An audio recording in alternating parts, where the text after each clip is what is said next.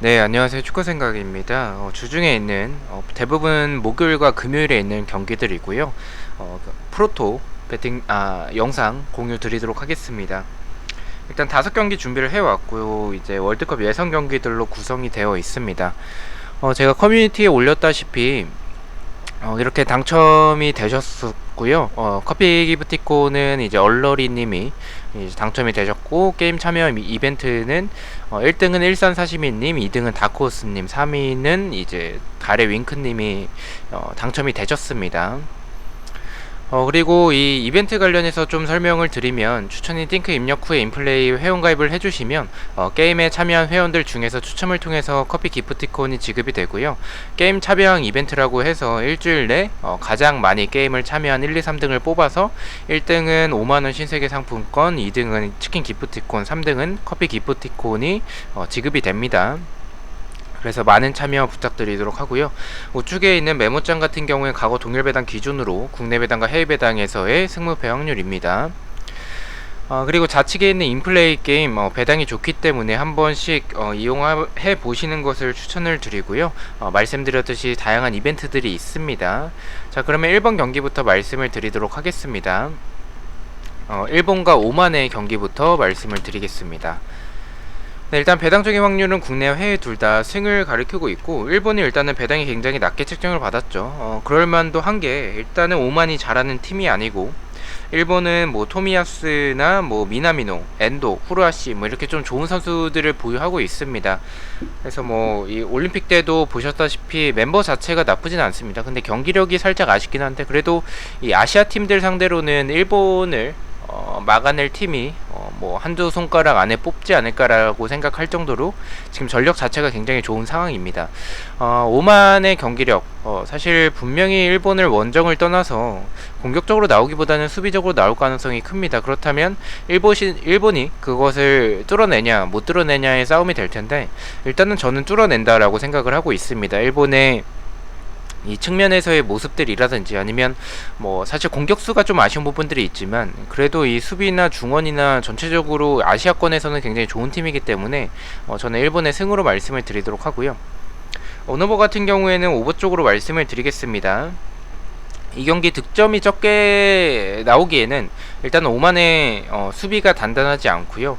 분명히 수비 숫자는 많더라도 일본의 이런 아기자기한 플레이라면 그래도 저는 대승할 가능성이 있다라고 생각을 해서 득점이 좀 많이 나오는 다득점의 경기라고 생각을 하고 있고, 일본의 오버 쪽으로 말씀을 드리도록 하겠습니다. 핸디캡 같은 경우에는 제가 말씀드렸다시피 일본의 대승을 좀 생각을 하고 있기 때문에 일본의 핸디캡 승리, 마인승을 말씀을 드리도록 하겠습니다. 자, 두 번째 경기입니다. 대한민국 대 이라크의 경기고요. 이 경기 역시 배당적인 확률은 일단 승 쪽을 가리키고 있습니다.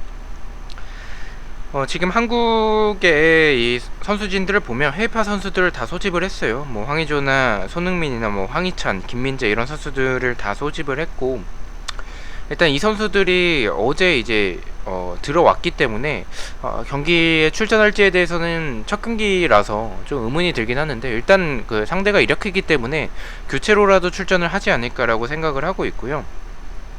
한국의 경기력에 대해서는 설명드리진 않겠습니다. 올림픽은 사실 유스 자원들, 좀 나이가 어린 선수들이 좀 많았었기 때문에 그 부분을 좀 제외해야 될 것 같고, 그리고 일본전도 사실 뭐 손흥민이나 뭐 황희찬, 그리고 뭐 김민재 이런 선수들이 빠졌기 때문에 그런 전력 손실은 좀 있었다라고 생각을 합니다.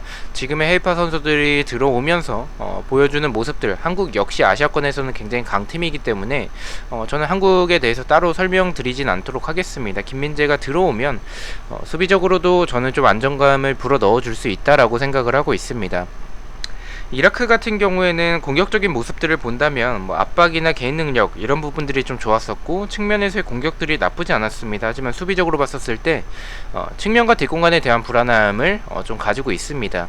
한국과의 경기를 비교를 해보자면 저는 이라크가 좀 수비적으로 나올 팀은 좀 아니라고 봐요. 본래 스타일대로 좀 나올 가능성이 크기 때문에, 그렇게 나온다면 이런 이라크의 수비적인 문제점, 측면과 뒷공간에 대한 이런 불안한 부분들, 저는 한국이 충분히 노릴 수 있지 않을까라고 생각을 합니다. 황의조가 이 올림픽에서는 좀 아쉬운 부분들이 좀 있긴 했었습니다. 와일드카드의 역할을 제대로 해냈다라고 보기는 좀 어렵지만, 그래도 이 황의조를 받쳐줄 수 있는 황희찬이나 손흥민 같은 선수들이 있고, 수비에서의 김민재와 같은 그런 안정감을 불어넣어줄 줄 수 있는 선수가 있다면, 그래도 이라크 상대 정도로는 저는 좀 힘겹게라도 이길 수 있지 않을까라고 생각을 하고 있습니다. 그래서 한국의 승으로 말씀을 드리도록 하고요.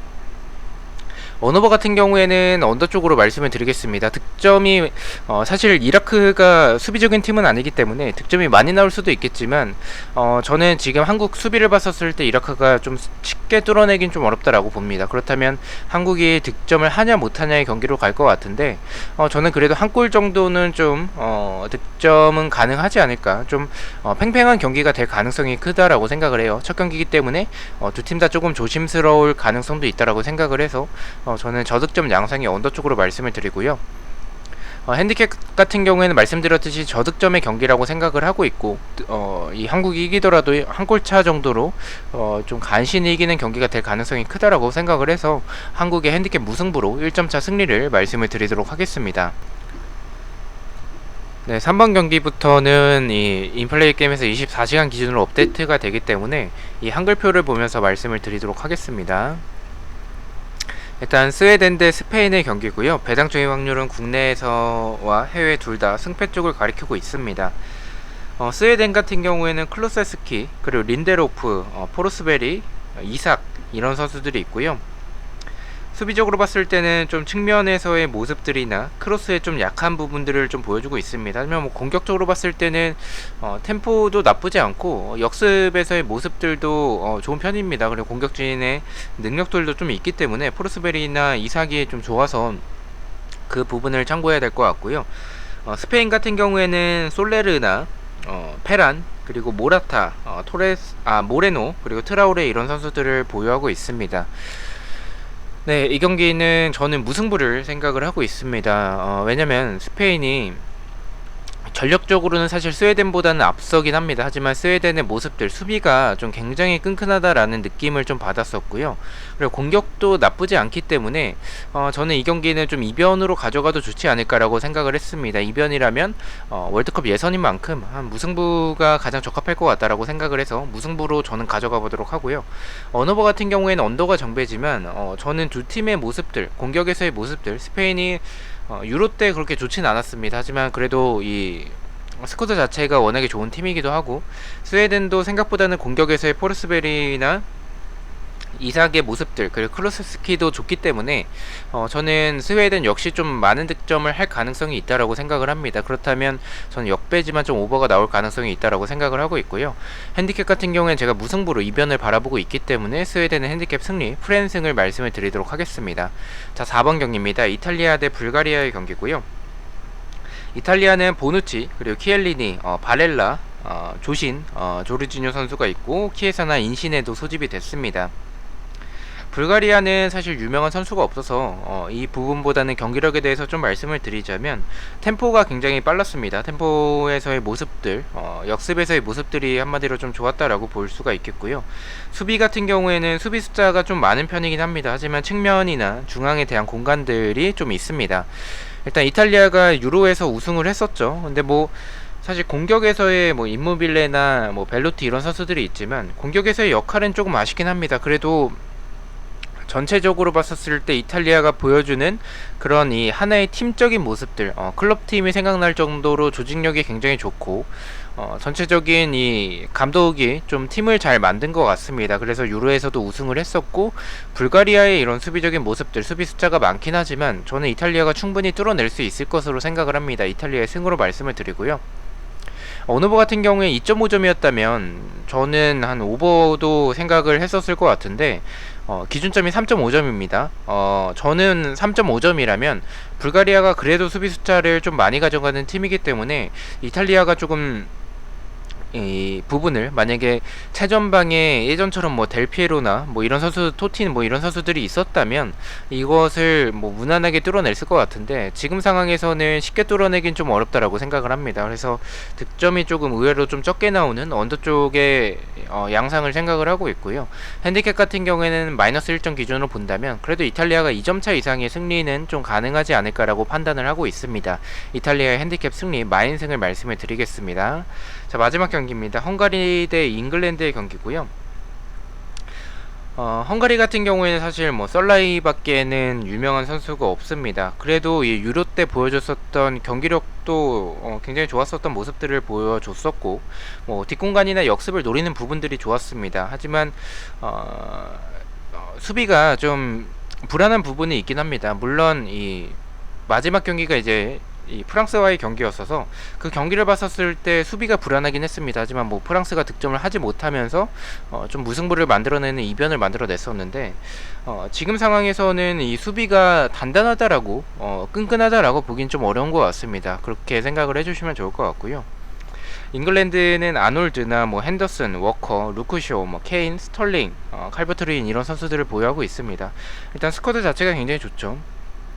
지금 헝가리와 비교를 해보자면 이 헝가리의 수비가 단단하다라고 볼 수는 없기 때문에 저는 잉글랜드가 이길 가능성이 크다라고 생각을 하고 있습니다. 그래서 헝가리의 패를 생각을 하고 있고요.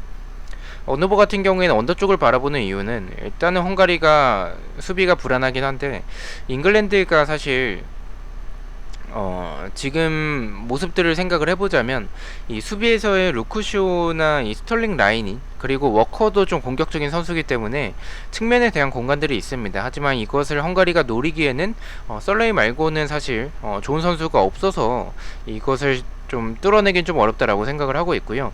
잉글랜드도 공격에서의 전방을 보면 케인 선수가 여러 잡음들도 있었고, 그리고 이 유로 때도 사실 예선전에서는 좀 아쉬웠던 부분들이 있는데, 이 헝가리처럼 좀 작정하고 지키는 팀을 만났을 때 이 잉글랜드의 모습을 생각을 해본다면 쉽게 뚫어내긴 좀 어렵다라고 생각을 하고 있습니다. 그래서 득점이 적게 나오는 언더 쪽을 말씀을 드리고요.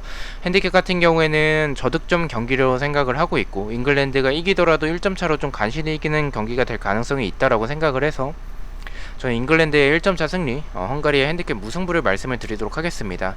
자, 이렇게 해서 5경기에 대해서 공유를 모두 마쳤고요. 1번 경기부터 가장 추천을 드리는 픽을 말씀을 드리겠습니다. 1번은 일본의 오버, 2번은 한국의 승, 3번은 스웨덴의 오버를 가장 추천을 드리고요. 4번은 이탈리아 핸디캡 승리, 5번은 헝가리의 언더를 가장 추천을 드리도록 하겠습니다. 자, 이렇게 5경기 중에서 한 개의 픽을 가져와 봤고요. 부주력 픽입니다. 주력과 고배당 픽은 멤버십 회원분들에게만 공유가 되고 있고, 멤버십 가입을 단톡방 참여에 대한 그런 혜택도 있기 때문에 멤버십에 가입을 희망하고 싶으신 분들은 가입을 해주시면 좋을 것 같습니다. 첫 번째는 한국의 언더, 두 번째는 이탈리아의 핸디캡 승리, 세 번째는 헝가리의 언더를 가져갔고 3.7배당을 책정을 받았습니다. 우측의 인플레이 게임에서 동일한 경기를 가져갔었을 때 보너스 배당까지 해서 배당이 높게 책정이 되는 것을 확인하실 수가 있습니다. 자, 이렇게 해서 5경기에 대해서 공유를 모두 마쳤고요. 저는 아마도 금요일에 또 주말 프로토 경기들로 다시 찾아뵐 것 같습니다. 시청해주셔서 너무나도 감사드리고 구독과 좋아요 너무나도 감사합니다. 감사합니다.